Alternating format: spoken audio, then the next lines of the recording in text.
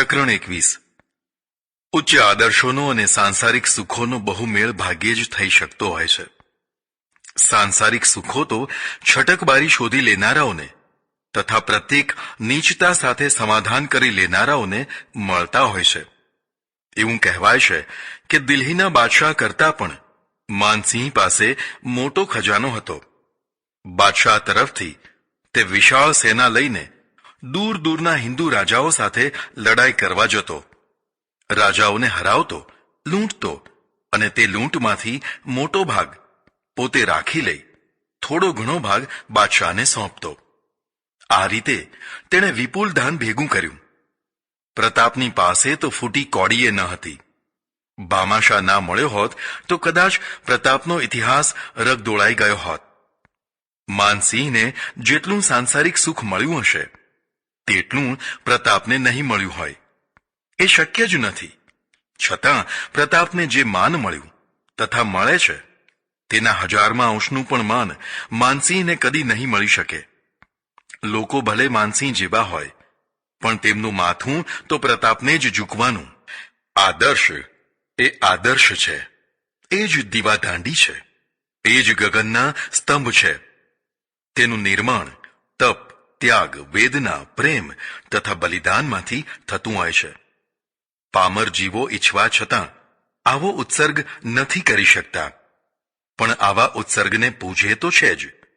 સીતાજી આવી જ એક વિરલ વિભૂતિ, પૂર્ણ ઉત્સર્ગ, પૂર્ણ બલિદાનનું મૂર્ત રૂપ હતા. તેમના ચરણોમાં કરોડો કરોડો નર નારીઓના માથા ઝૂકતા રહ્યા છે. અમાપ પ્રેરણા પ્રાપ્ત કરીને કેટલીય સ્ત્રીઓ સતી ધર્મ તરફ વળી હશે અને દ્રઢ થઈ હશે. દુઃખની સિમેન્ટ વિના શું દીવાદાંડી ચણી શકાય? સુખ માટે ફાંફા મારતા મારતા, પગ ઘસી ઘસીને મરનારા કુરકુરિયા જેવા પામર માણસોથી આ વિશ્વ ભરાઈ રહ્યું છે. તેમના આહાર વિહાર તથા મળમૂત્રથી વિશ્વ ગંધાઈ રહ્યું છે. વિશ્વની ધન્યતા કોઈ ધન કુબેરથી નથી, પણ કોઈ સીતાથી છે. સીતા, આદર્શોથી પરિપૂર્ણ સીતા, દુઃખના દરિયામાં રહીને પણ સુખનો માર્ગ ચીંધતી કલ્યાણમયી સીતા. પ્રભાત થઈ રહ્યું હતું. રથ ક્યારનોય ચાલતો હતો. જાણતા અજાણતા પ્રતિક્ષણ તેનો વેગ વધતો હતો. હવે થોડે જ દૂર વાલ્મીકી ઋષિનો આશ્રમ દેખાવા માંડ્યો હતો. આશ્રમ ભાગ્યાનો ભેરુ આશ્રમ. લોકોમાં રહીને પણ અલૌકિક, સંસારમાં અસંસાર જેવો આશ્રમ દેખાઈ રહ્યો હતો. જ્યાં ઋષિ વાલ્મીકીના અધ્યક્ષ સ્થાને કેટલાક ઋષિમુનિઓ તપ, ઉપાસના તથા ચિંતન મનન કરી રહ્યા હતા. સીતાજીને અહીં જ મૂકવાના હતા. ભાગ્યાનો ભેરુ આશ્રમ. જેને કોઈ ના સંઘરે તેને સંઘરે, જીવાડે, જીવન આપે તે આશ્રમ. પુરુષને તો માત્ર આર્થિક લાચારી હોય ત્યારે જ ક્યાંક શરણ ખોળવું પડતું હોય છે, પણ સ્ત્રીને તો જીવનભર કોઈના ને કોઈના શરણમાં જ જીવવું પડતું હોય છે. આર્થિક લાચારી તો તેને હંમેશા હોય છે જ. પતિ પોતાની કમાણીમાંથી જે કાંઈ આપે તેમાં તેને ઘર ચલાવવાનું હોય છે. ના આપે તોય ચલાવવાનું હોય છે. પગારના દિવસે દારૂડિયો પતિ ક્યાંક પીઠામાં ગાયબ થઈ જાય, ગજવું ખાલી કરી નાખે. પૈસાની આશાએ ટકી ટકી લગાવીને બેઠેલી પત્ની કકળી ઉઠે. ઝઘડો થાય. પૈસાના બદલે ઉપરથી માર મળે. બાળકોનો મોહ ના હોય તો તે ક્યારની ભાગી છૂટે અથવા કૂવે પડે. પણ પૈસા પૈસા માટે રખડાવનાર દારૂડિયા પતિએ તેને બાળકોની મોટી લંગાર આપી છે. ભૂખ્યા, નાગા, રોગિષ્ઠ બાળકો, એના વચ્ચે તેનું જીવન દોજક જેવું થઈ ગયું છે. આ તો એક વાત થઈ. આવા જીવનના ઢસરડા કરનારી તો અસંખ્ય સ્ત્રીઓ હશે, પણ કાઢી મૂકેલી, કલંકિત કરેલી, અણગમતી અથવા એક ઉપર બીજી આવવાથી દુર્દશા પામેલી અસંખ્ય સ્ત્રીઓને જો પિયરનું પૂરું પીઠબળ ના હોય તો ક્યાં જાય, ક્યાં પગ મૂકે? આર્થિક રીતે તો તે શૂન્ય જ હોય. ધર્મ અને સમાજ તેમાં પણ તેમના વિપક્ષમાં હોય. ધર્મ તેને પતિવ્રતા થવાની સુફિયાણી સલાહ આપતો હોય. પતિ દારૂડિયો જુગારી, શીલહીન, સભ્યતાહીન અને કસાય હોય તો પણ સ્ત્રીએ તો તેને પરમાત્મા જ સમજવો જોઈએ. આવા નિયમો સ્ત્રીઓના શોષણ માટે જ બનાવેલા છે. સ્ત્રી પણ જો આવા બધા દોષથી મુક્ત હોય તો પતિએ પત્નીવ્રત જ રહેવું જોઈએ તેવું કેમ ના લખ્યું? ચારિત્રહીન સ્ત્રી માટે ના લખ્યું તો કાંઈ નહીં. ચારિત્રવાન સ્ત્રી માટે તો ધર્મે એવી વ્યવસ્થા કરવી જોઈએ જેથી તેને કોઈની શોક્ય ના બનવું પડે. યાદ રહે, અત્યારે જે વ્યવસ્થા છે તે કાયદાકીય છે, ધાર્મિક નથી. હળધૂત થયેલી સ્ત્રીના પક્ષમાં ધર્મે શું ભાગ ભજવ્યો છે? લગભગ કાંઈ નહીં, અથવા બહુ ઓછો. આવી જ સ્થિતિ સમાજની પણ છે. પત્નીને બાળી મૂકનાર પતિને ફરી પરણવા માટે ફાંફા નથી મારવા પડતા, પણ ત્યક્તા, વિધવા કે કલંકિત સ્ત્રીને ફરી પરણવા માટે ફાંફા મારવા પડતા હોય છે. આવી સ્ત્રીઓને પોતાની કક્ષાથી ઘણી ઉતરતી કક્ષાના પાત્રો સાથે જીવન જોડવાની ફરજ પડતી હોય છે.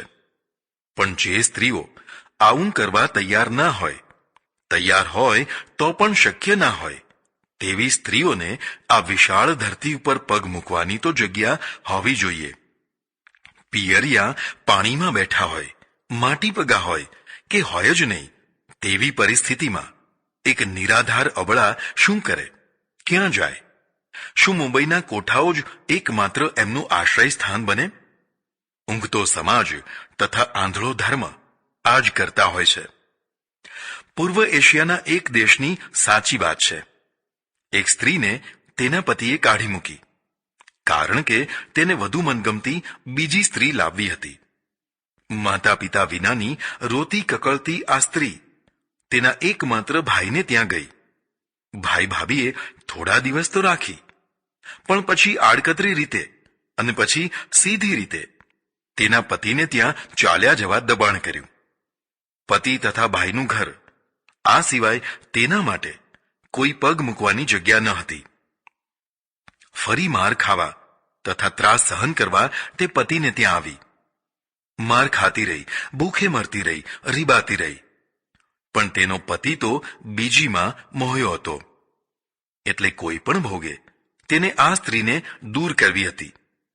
તેને કાઢી મૂકી, ફરી ભાઈને ઘેર આવી. ભાઈ ભાભીએ આ વખતે સંઘરી જ નહીં. એકલી અટુલી, પૈસા વિનાની લાચાર, આશ્રય માટે રખડતી રહી. સાંજ પડતા પહેલા આવા જ માંસના લોથડાને શોધવામાં ઝીણી નજર રાખનાર એક ગીધની નજરે તે ચડી ગઈ. મીઠી અને વિશ્વાસદાર વાણીથી તેને બહેન બનાવી, સાથે લીધી અને પૈસા લઈને દેહના સોદાગરને સોંપી દીધી.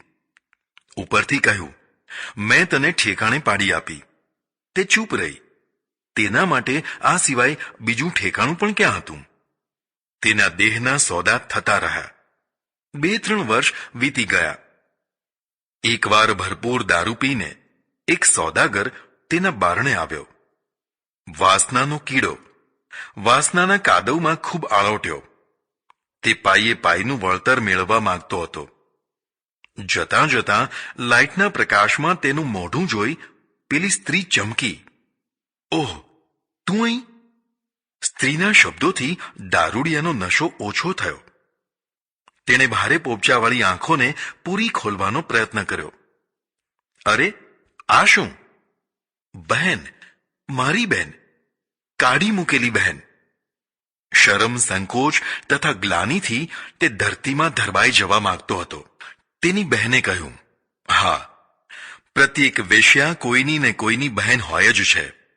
જ્યારે તેનો સગો ભાઈ ભાઈ થવા તૈયાર નથી થતો, ત્યારે તેને અનેકની, સૌની થૂંકદાની થવું પડતું હોય છે. ચાલ્યો જ અહીંથી. હવે અહીં કોઈ બહેન નથી વસતી. અહીં બધી થૂંકદાનીઓ છે.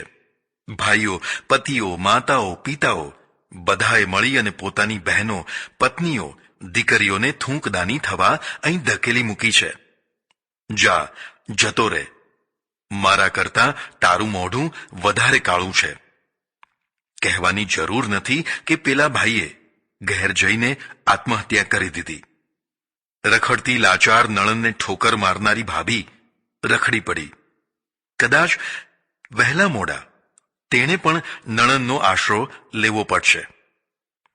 કરોડોની મિલકતવાળા ધર્મસ્થાનો, 56 ભોગ, શરણાઈ અને નોબતો, સોનાના સિંહાસનો અને સોનાની ચાખડીઓ, ઉપરથી મખમલના ચળકાટવાળા પણ અંદરથી દુર્ગંધ મારતા પરુથી ખદબદતા ફોડા જેવા તથાકથિત ધર્માત્માઓએ કદી નિરાધાર સ્ત્રીઓ અને અનાથ બાળકો માટે પૂરો વિચાર કર્યો છે? પૂરતી સગવડો કરી છે? જો નહીં તો તે બધા સમાજ વિમુખ છે, સમાજ દ્રોહી છે, ધર્મઢોંગી છે. લક્ષ્મણે રથ ઉભો રાખ્યો. અત્યાર સુધી કઠોર નિયંત્રણથી રોકી રાખેલું રુદન ફૂટી નીકળ્યું. બાળકની માફક તે નીચે બેસી અને રડી પડ્યો. એક અક્ષર પણ બોલી ના શક્યો. રડવું તો સીતાજીને હતું, પણ તે તો આજે વજ્રની મૂર્તિ બન્યા હતા. લક્ષ્મણના માથે વહાલથી હાથ ફેરવી અને આશ્વાસન આપ્યું. લક્ષ્મણ, રડો નહીં. ભાઈ, મારી ચિંતા ના કરો. હું આ આશ્રમમાં રાજમહેલ કરતા પણ વધારે સુખથી રહીશ. લક્ષ્મણ, તમારા ભાઈને સાચવજો. મને તેમની બહુ ચિંતા થાય છે. લક્ષ્મણ, તેમના વિના હું તો જેમ તેમ કરી અને દિવસો કાઢી લઈશ, પણ મારા વિના તે નહીં રહી શકે. લક્ષ્મણ, અમે તમને જાણીએ છીએ, કોઈ અમને શું જાણે? જાઓ, વહેલા વહેલા અયોધ્યા પહોંચી જાઓ. હું અહીં આશ્રમમાં છું તે હું કોઈને કહેશો નહીં, નહીં તો લોકો અહીં દોડતા આવશે. બહુ પૂછે તો કહેશો કે ધરતીની પુત્રી સીતા ધરતીમાં સમાઈ ગઈ. જાઓ. સીતાજીએ લક્ષ્મણને વિદાય કર્યા. આશ્રમ હજી અડધો માઇલ દૂર છે. અહીંથી એકલા જ જવાનું છે. મક્કમ પગલાં ભરતા સીતાજી જ્યારે આશ્રમમાં પહોંચ્યા ત્યારે દ્વાર ઉપર જ ઋષિ સામે મળ્યા. અત્યારે એકલી સીતાને જોઈને ઋષિ ચોંક્યા. તેમની આંખોમાં પ્રશ્ન તરી આવ્યો. અત્યારે એકલી? કેમ, શું થયું? પર્ણકુટીમાં જઈને સીતાએ બધી વાત કરી. સીતા, દુખિયારી સીતાની વાત સાંભળી ઋષિ રડી પડ્યા. બોલ્યા, બેટા, તું ચિંતા ના કરીશ. આ તારું પિયર છે. હું તારો પિતા છું.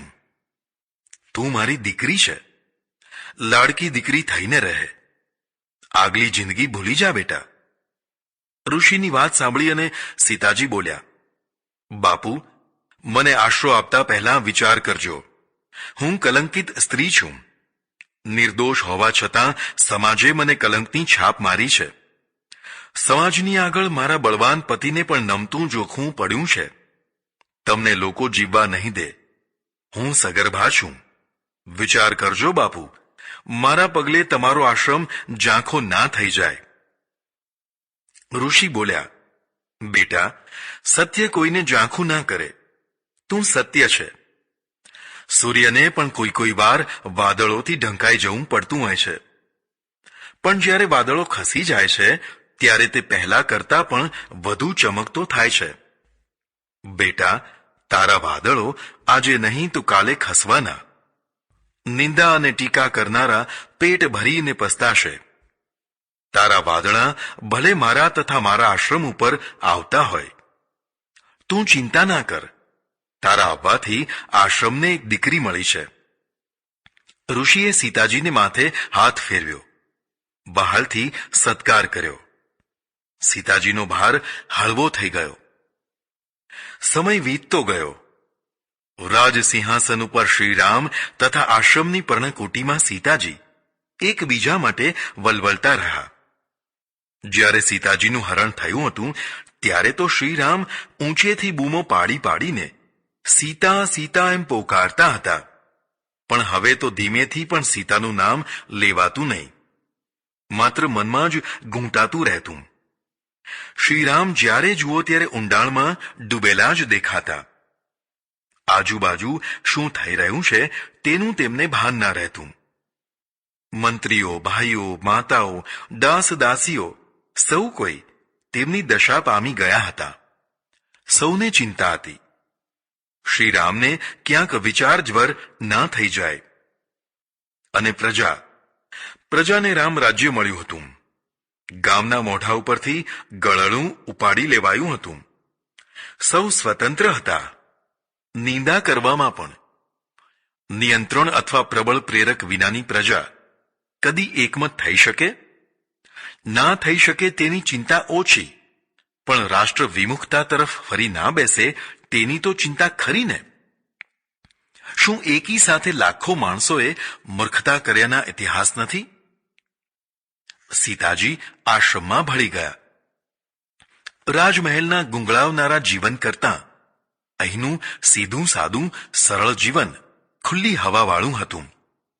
તેમનું મન હંમેશા શ્રીરામને ઝંખ્યા કરતું. પણ ઋષિનો પ્રેમ, આશ્રમનું વાતાવરણ, ભવિષ્યના બાળકની આશા, આ બધાને કારણે તેમનો સમય વીતી જતો. યોગ્ય સમયે તેમને પ્રસૂતિ થઈ. સૌના આશ્ચર્ય વચ્ચે એક નહીં પણ 2 બાળકો જન્મ્યા. ઋષિએ નામ રાખ્યા લવ અને કુશ. સ્ત્રીની પ્રસૂતિ, અને તેમાં પણ પ્રથમ પ્રસૂતિ, શારીરિક વેદના કરતાં માનસિક વેદના, ભય, ચિંતા અને મૂંઝવણ વધુ જન્માવતી હોય છે. આ સમયે તેને પતિના વહાલની, માતાની મમતાની, પિતાના પોષણની સર્વાધિક આવશ્યકતા હોય છે. આમાંનું કાંઈ જ ના મળે અને પ્રસૂતિ કરવાનું થાય તો તે સ્ત્રીની માનસિક દશા હતાશામય થઈ જાય. મને યાદ છે, એકવાર દુષ્કાળના કાર્ય નિમિત્તે બનાસકાંઠાના એક ગામમાં હું ગયો. એક વેદાંતી વ્યાપારીને ત્યાં બેસીને ગામના દુખિયારા માણસોની યાદી બનાવી રહ્યો હતો. ત્યાં કોઈએ આવીને કહ્યું કે અમુક ભરવાડની પત્નીને પ્રસૂતિ થઈ છે. ભરવાડ ગાયો લઈને કાળ પૂરો કરવા ડાંગ તરફ ગયો છે. મહિનાઓથી તેની પત્ની ઘરમાં દાણા વિના તથા પૈસા વિના દિવસો કાઢી રહી હતી. ગામમાં વ્યાપારીઓ સુખી હતા, પણ લગભગ બધા જ વેદાંતી હતા. સવાર સાંજના સત્સંગમાં તે બધા આત્માની ચર્ચા કરતા. આત્મા ખાતો નથી, આત્મા મરતો નથી, આત્માને દુઃખ છે જ નહીં, આવી બધી રજ્જુ અને સર્પ, ઘટાકાશ અને મઠાકાશના ચવાઈ ચવાઈ અને કર્કશ થઈ ગયેલા દ્રષ્ટાંતો આપી આપીને આત્માને દુઃખ ત્રણે કાળમાં નથી તેવું બતાવવાની છાતી ફાડ બહાદુરી બતાવતા. બધે મારો જ આત્મા છે, મારા સિવાય કશું છે જ નહીં, સર્વત્ર હું જ માત્ર છું. આવું ગાણું ગાનાર જ્યારે દુકાન ઉપર બેસતા ત્યારે ઘરાકમાં પોતાના આત્માની અનુભૂતિ ન કરી શકતા. ઘરાકને તે લૂંટવામાં પાછીપાની ના કરતા. તેમનો આત્મવાદ સત્સંગના કાળ પૂરતો તથા દિવાલોની અંદર જ રહી જતો. ગામમાં કેટલાક માણસો અન્ન વિના રીબાતા હતા, પણ આ વેદાંતીઓ તો કહેતા કે આત્માને અન્નની જરૂર જ નથી.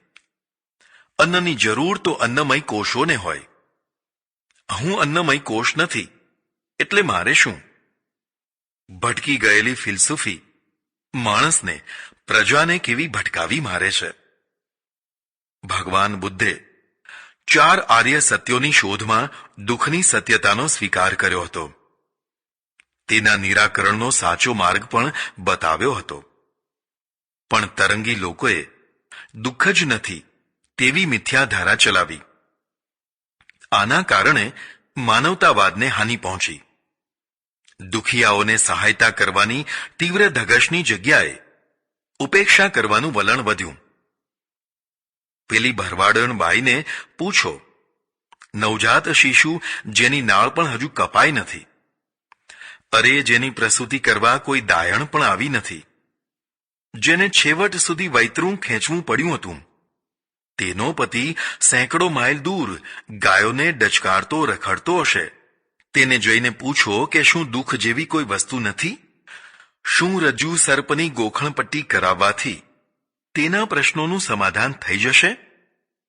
મેં યાદી બનાવવાનું પડતું મૂક્યું.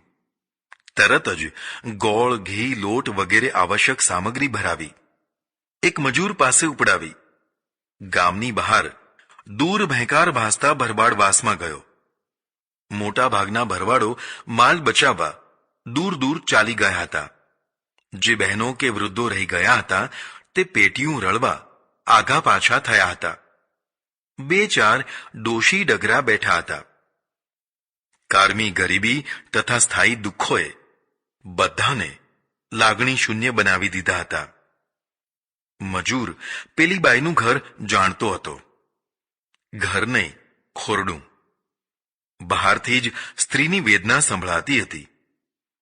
ચૂલો ઠંડો હતો. પાણીયારું સૂકું હતું, કારણ કે 1.5 માઇલ દૂરથી જેવું તેવું પીવાનું પાણી મળી શકતું. બારણે ઊભો રહીને મજૂર બોલ્યો, ભાભી, આ મહારાજ તમારા માટે ઘી ગોળ બધું લઈને આવ્યા છે. તમે કહો ત્યાં મૂકું. એ દુખિયારી સ્ત્રીની પાસે તો મારાથી જવાય તેમ ન હતું, પણ તેના ચહેરા પર કૃતજ્ઞતાની લાગણીઓની શેરો ફૂટવા લાગી હતી. તે અભણ એટલે ચીપી ચીપીને બોલતા નહોતું આવડતું, પણ તેની અંદરની ખાનદાની કહી રહી હતી, આ તો મારી વારે પ્રભુ પધાર્યા છે, પ્રભુ. આજુબાજુથી 2-4 ડોશીઓ આવી. મેં તેમને તરત શીરો બનાવી આપવા વિનંતી કરી. જો તમારાથી ન થાય તો મને વાસણ આપો, હું કરી આપું. ગમે તેમ તો આ દેશ ધાર્મિક છે. સાધુ સંતો અને બાવાઓ પ્રત્યે શ્રદ્ધા અને ભાઈ મિશ્રિત પૂજ્ય ભાવના છે. ના રે બાપુ, અમે શું મરી ગયા છીએ? તરત જ શીરો થયો. પેલી બાઈના ઘરમાં તો સરખું વાસણય ન હતું.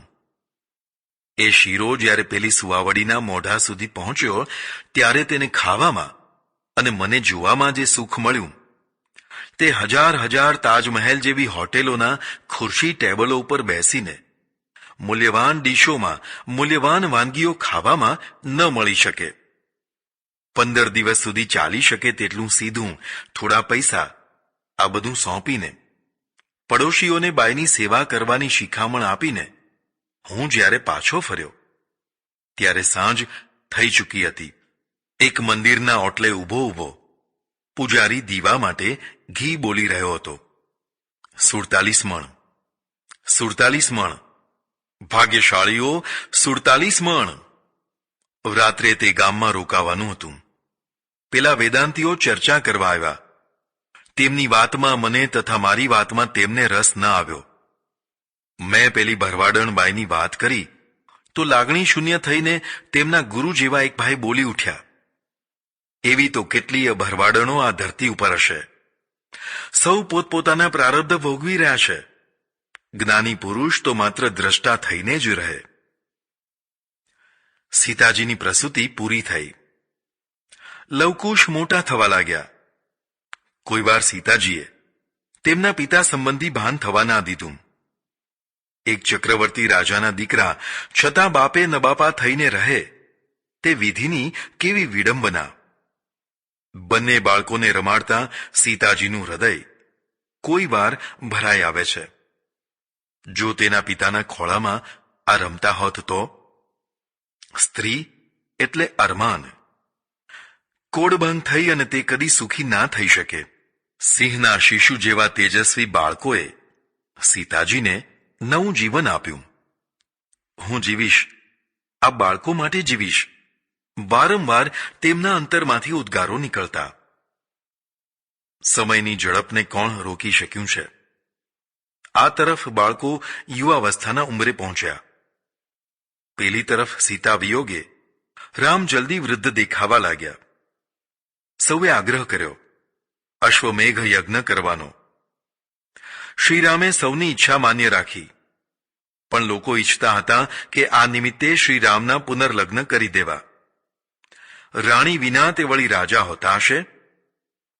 એક એકથી ચઢિયાતી રાજકુમારીઓ તૈયાર છે, પણ શ્રીરામ ના ડગ્યા તે ના જ ડગ્યા. લોકો હાર્યા. શ્રીરામની ટેક આગળ સૌના માથા નમી પડ્યા. અંતે સીતાજીની સુવર્ણ મૂર્તિ બનાવાઈ. તેને પાસેના પાટલે મૂકી અને શ્રીરામે સપત્નીક વિધિ પૂરો કર્યો. યજ્ઞનો અશ્વ લઈ અને વિશાળ સેના સાથે લક્ષ્મણ વગેરે દેશ દેશાંતર જીતવા નીકળી પડ્યા. અનેક રાજા મહારાજાઓને હરાવતા હરાવતા તે આગળ નીકળી રહ્યા હતા. ઘોડો વાલ્મીકી ઋષિના આશ્રમ આગળથી નીકળ્યો. લવકુશે બાંધી દીધો. ઋષિએ જાણ્યું ત્યારે તેના ભયંકર પરિણામો વિશે બંને ભાઈઓને ચેતવ્યા. ઘોડો છોડી મૂકી ક્ષમા માગવા સમજાવ્યા, પણ બંને કહેતા રહ્યા, દાદા તમે ચિંતા ના કરો, અમે લડી લઈશું. દાદા તમે ગભરાશો નહીં. ઋષિ જાણતા હતા કે આ સિંહના બાળકો છે. ખરેખર ભયંકર યુદ્ધ થયું. એક બાજુ લક્ષ્મણ સહિત વિશાળ સેના, બીજી તરફ થોડા ઋષિ બાળકો સાથે માત્ર લવ અને કુશ. લક્ષ્મણની સેના વારંવાર લવકુશના બાણોથી ગભરાઈ અને ભાગવા માંડતી. લક્ષ્મણને આશ્ચર્ય થયું, આ કોણ હશે? આટલી વીરતા કદી જોઈ નથી. શ્રીરામને સંદેશ મોકલાયો, અશ્વમેઘનો અશ્વ અમારાથી છોડાવી શકાય તેમ નથી. વહેલા આવો. બે તેજસ્વી બાળકો હાહાકાર મચાવી રહ્યા છે. શ્રીરામ આવ્યા. તેમણે યુદ્ધ જોયું. બાળકોની વીરતા જોઈ મંત્રમુગ્ધ થઈ અને એકી ટશે બાળકોને જોતા જ રહ્યા. જો મારે બાળક હોત તો આવડા જ હોત. આવા વિચારની સાથે જ ભૂતકાળમાં ખોવાઈ ગયા.